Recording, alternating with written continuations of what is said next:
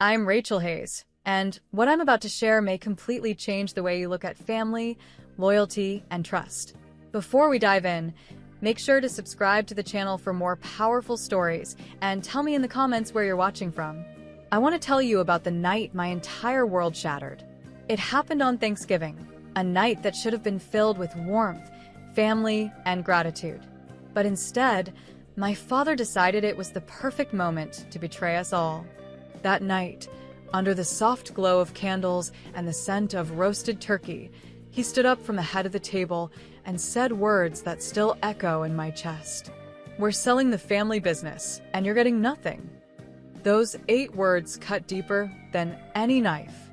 But before I tell you what happened after, and how I turned that betrayal into revenge, I need you to understand why it hurt so much. You need to know what that business meant to me, to my brothers, to my mother. Because this wasn't just about money. This was about family, about promises, about trust. I grew up in that business. My dad didn't build an empire, no. It wasn't glamorous. It was a modest manufacturing company that supplied parts for construction equipment. Most people wouldn't even glance at the factory driving past, but for me, it was home. When I was 8, I'd sit in Dad's office after school. The room smelled like old leather chairs and ink. I'd color on scrap paper while he calculated invoices, pretending I was important too. By 12, I was out in the warehouse, stacking boxes bigger than me, learning the difference between bolts, rivets, and steel beams. The workers, rough men with grease-stained hands, would pat me on the head and joke that I'd run the place someday. And Dad? He encouraged it. He'd ruffle my hair and say, "One day, this will all be yours." Those words weren't just empty talk to me. They were promises I clung to. Promises that shaped my teenage years. While other kids went to parties, I spent weekends balancing spreadsheets. While my friends worked summer jobs at ice cream shops, I worked in that hot, suffocating warehouse. Because I believed it mattered. I believed I was investing in a future that was mine. It wasn't just me. My older brother Mark gave his entire youth to the company. He never even went to college. Dad convinced him it was better to learn real business on the factory floor. My younger brother Jason had a creative streak, so Dad put him in charge of marketing. Jason was brilliant, designing brochures, ads, even helping bring in new clients. We weren't just kids. We were partners. We believed in the dream that one day this company would be ours, a legacy passed down like in all those old stories of family dynasties. Mom was the quiet glue behind it all. She'd bring meals to the factory when we worked late. She never complained when Dad skipped anniversaries or birthdays, as long as it was for the business. We sacrificed. We gave our time, our hearts, our youth. And in return, Dad gave us words. "One day, this will all be yours." Thanksgiving was sacred in our house. No matter how busy Dad was, he'd insist we all gather at the long oak table in the dining room. Mom would bring out her finest china, the cousins would squeeze into every chair, and laughter would echo against the walls. It was the one night a year when business was supposed to be set aside. That year, though, something felt off. Dad had been distant for months. He stopped coming into the factory daily. Rumors circled, maybe debts, maybe stress, but he brushed them aside whenever we asked. He'd grown short-tempered, distracted, and colder. I told myself Thanksgiving would fix it. We'd eat, laugh, reconnect. We'd remind each other that family came first. I was so naive. We'd just finished dinner. The table was still crowded with half-eaten dishes, cranberry sauce smears, empty gravy boats, the golden brown turkey stripped down to bones. Candles flickered low. Dad stood up. He cleared his throat, tapping his wine glass with a fork. Everyone turned to him, expecting maybe a toast, a sentimental word about gratitude. Instead, he said, "I've made a decision." His voice was calm. Too calm. "We're selling the family business. The deal is already in motion." He paused. Looked at each of us. "And I want to be clear, none of you are getting anything from it." The words hung in the air like smoke after a firework. At first, I thought I'd misheard. I actually laughed, a nervous, trembling laugh. But his face was stone. I whispered, "What do you mean nothing? After everything we've done? After everything you promised?" And he looked at me, not with love, not even with pity, but with this cold detachment that made my skin crawl. "Promises change," he said flatly. "I built that business. Not you. It's mine to sell. You kids need to learn to stand on your own. You're getting nothing." The silence broke like glass shattering. Mark slammed his fist on the table, rattling the silverware. "Are you insane? I gave my life to that place. You said it was mine to run one day." Jason's face turned red. He muttered, "You betrayed us," and pushed his chair back so hard it toppled. Mom gasped. Her hand shook so badly her wine spilled across the tablecloth. "John, how could you? These are your children." But Dad didn't care. He poured himself another drink like he'd just announced the weather. I sat frozen, staring at my plate. My mind screamed. Years of missed birthdays, years of calloused hands, late nights, sweat, sacrifice. All erased in an instant. I wanted to scream, to cry, to throw my glass at him, but I couldn't move. I just sat there, numb, my throat dry, my chest hollow. The night dissolved into chaos. Yelling, crying, accusations. Plates left untouched, chairs scraping, doors slamming. Thanksgiving, the holiday meant to bind us together, had become the funeral of our family's unity. And I was left with a wound that would change me forever. That night, something inside me broke. But I didn't know then that it was also the night something else was born. A fire, a hunger, a determination that one day I'd make him regret those words. "You're getting nothing." Oh, how wrong he was. That Thanksgiving night didn't just end with slammed doors and broken trust. It ended with something worse. Silence. A silence that stretched into days, then weeks. The family that had once been bound together by the business was now splintered. My brothers barely spoke to Dad. Mom tried to mediate, but her voice shook whenever his name came up. And me? I felt hollow. Every time I closed my eyes, I heard him. "You're getting nothing." It wasn't just about money. It was about years of sacrifice being treated like dust. It was about love being replaced with greed. It was about realizing that maybe my father never saw me as his heir. Maybe he never saw me at all. I couldn't sleep. For weeks, I tossed and turned, replaying the scene at the table. My dad's cold eyes, Mark's fists slamming, Jason's voice cracking with anger. I remember staring at the ceiling at 3 a.m., asking myself, how could he? After everything we gave, my heart ached, but beneath the pain, something darker started to stir. Rage. Determination. I promised myself that night I would not let his betrayal define me. If he thought I was worth nothing, I would prove him wrong. But before I could move forward, I needed to know why. Why had he done this? I started asking questions. Quietly, carefully. I spoke to old employees at the factory, men who'd been there for decades. I listened to whispers in the warehouse break room. I called an old accountant who'd worked for Dad years ago. And what I found chilled me. Dad wasn't selling the business out of wisdom. He wasn't teaching us independence. He was drowning. He'd been gambling, not just a little but heavily. Poker nights, shady casinos out of town, even online betting. He'd lost thousands, then hundreds of thousands. To cover his tracks, he'd taken out loans with interest rates so high they might as well have been a noose. And the worst part? He'd been funneling company money to cover it all. He risked the business, our legacy, for his addiction. But there was more.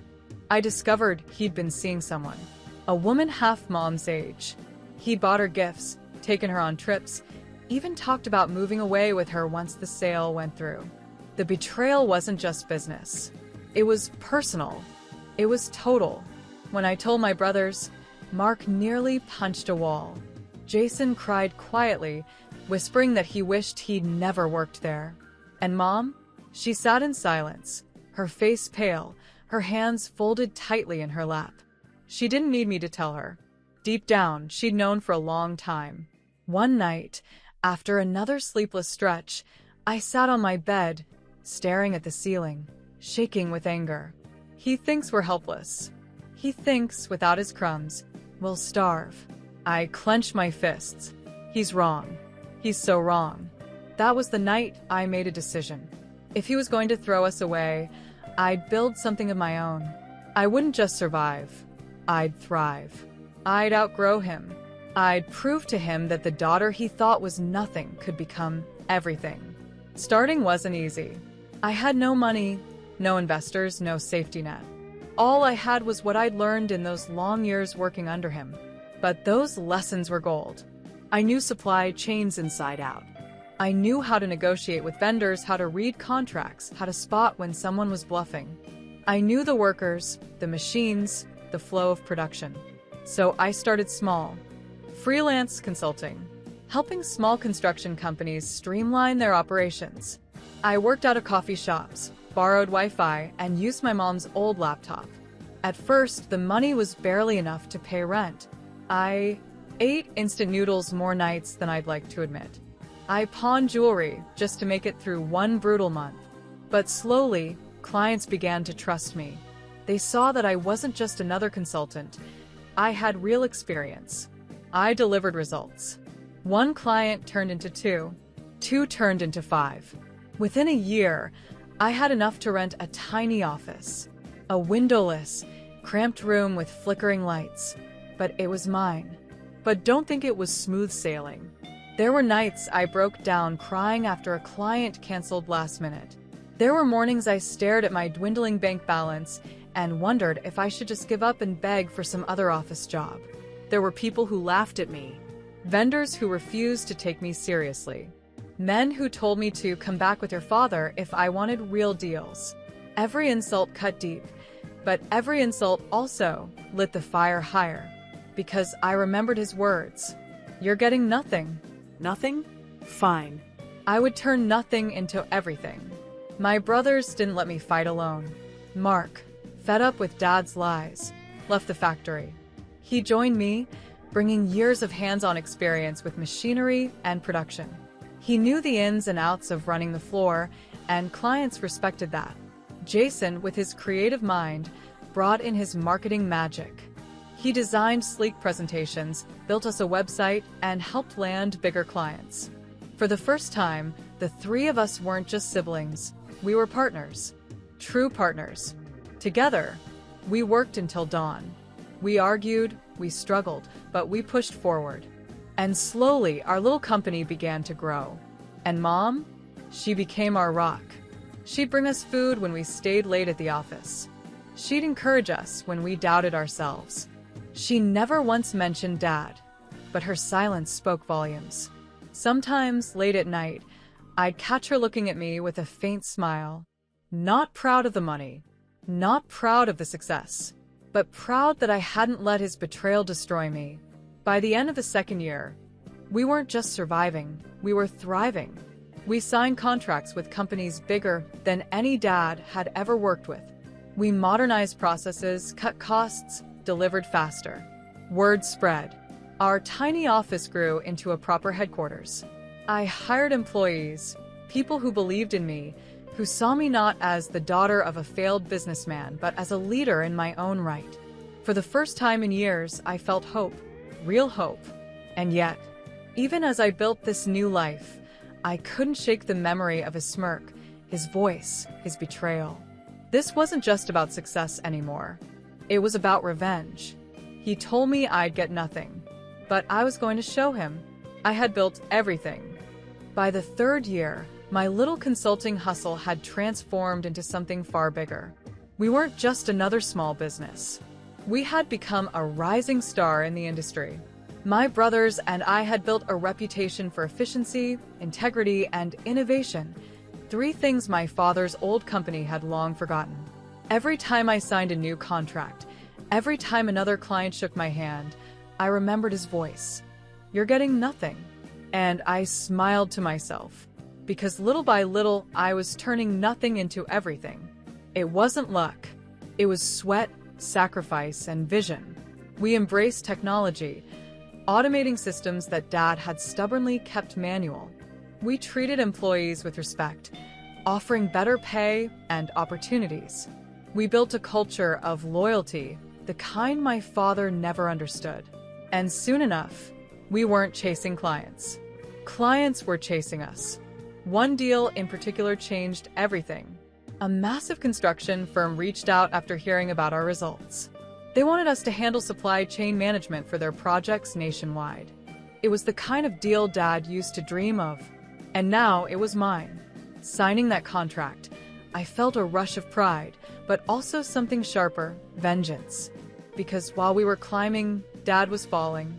The sale of the family business hadn't gone the way he bragged it would. The buyers he trusted? They stripped the factory, sold off equipment, and left him with scraps. His workers, the men who had given decades, were laid off without ceremony. Dad had thought he was cashing out big.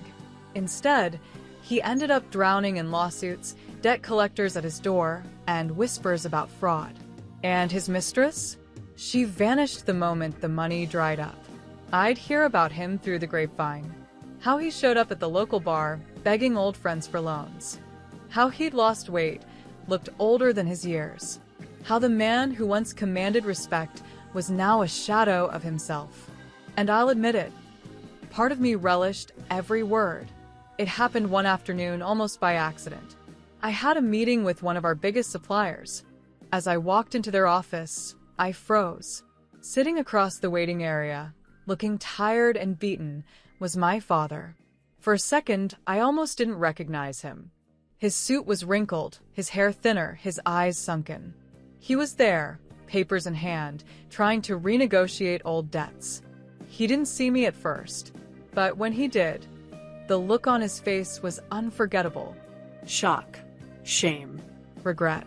I walked past him slowly, deliberately, my heels clicking on the polished floor. Every step felt like years of pain balancing out. The supplier's rep greeted me warmly. There she is, our favorite partner. I saw Dad's eyes widen as he realized who I was to them. That I wasn't just surviving, I was thriving. Later, as he tried to approach me in the hallway, he stammered, I didn't know you were. I stopped him, looked him dead in the eyes, and whispered, you told me I'd get nothing. Turns out I built everything. The silence that followed was heavier than any shouting could have been. He lowered his eyes. For the first time in my life, I saw not the towering man who once held power over me, but a broken man, weak, regretful, and utterly defeated. I walked away without another word. That moment wasn't just victory. It was justice. I didn't need to ruin him. He had ruined himself. My revenge wasn't in his destruction. It was in my success. In proving him wrong. The world he built on lies had crumbled, while the world I built on resilience was rising. And the sweetest part? He had to watch it happen. Today, my company is bigger than his ever was. My brothers are thriving at my side. My employees call me a leader, not just a boss. And Mom? She lives comfortably, free from his shadow, surrounded by children who truly value her sacrifices. As for Dad, he lives alone. A man who once believed control was power, who once believed family was disposable. Now, he has neither. Sometimes I wonder if he regrets it. If he lies awake hearing his own words, you're getting nothing. And I wonder if he knows just how wrong he was. So here I am, telling you this story. Not just as a tale of betrayal, but as proof. Proof that when someone tells you you're worthless, you can rise and show them your worth. Proof that sometimes the best revenge isn't destroying someone else, it's building yourself so high they can never reach you again. I was supposed to get nothing, but I built everything. And that is the sweetest revenge of all. If you've ever been told you'll never make it, remember my story. Let their doubt become your fuel. Let their betrayal become your fire. Because no matter who tries to take everything from you, they can never take your will to rise again.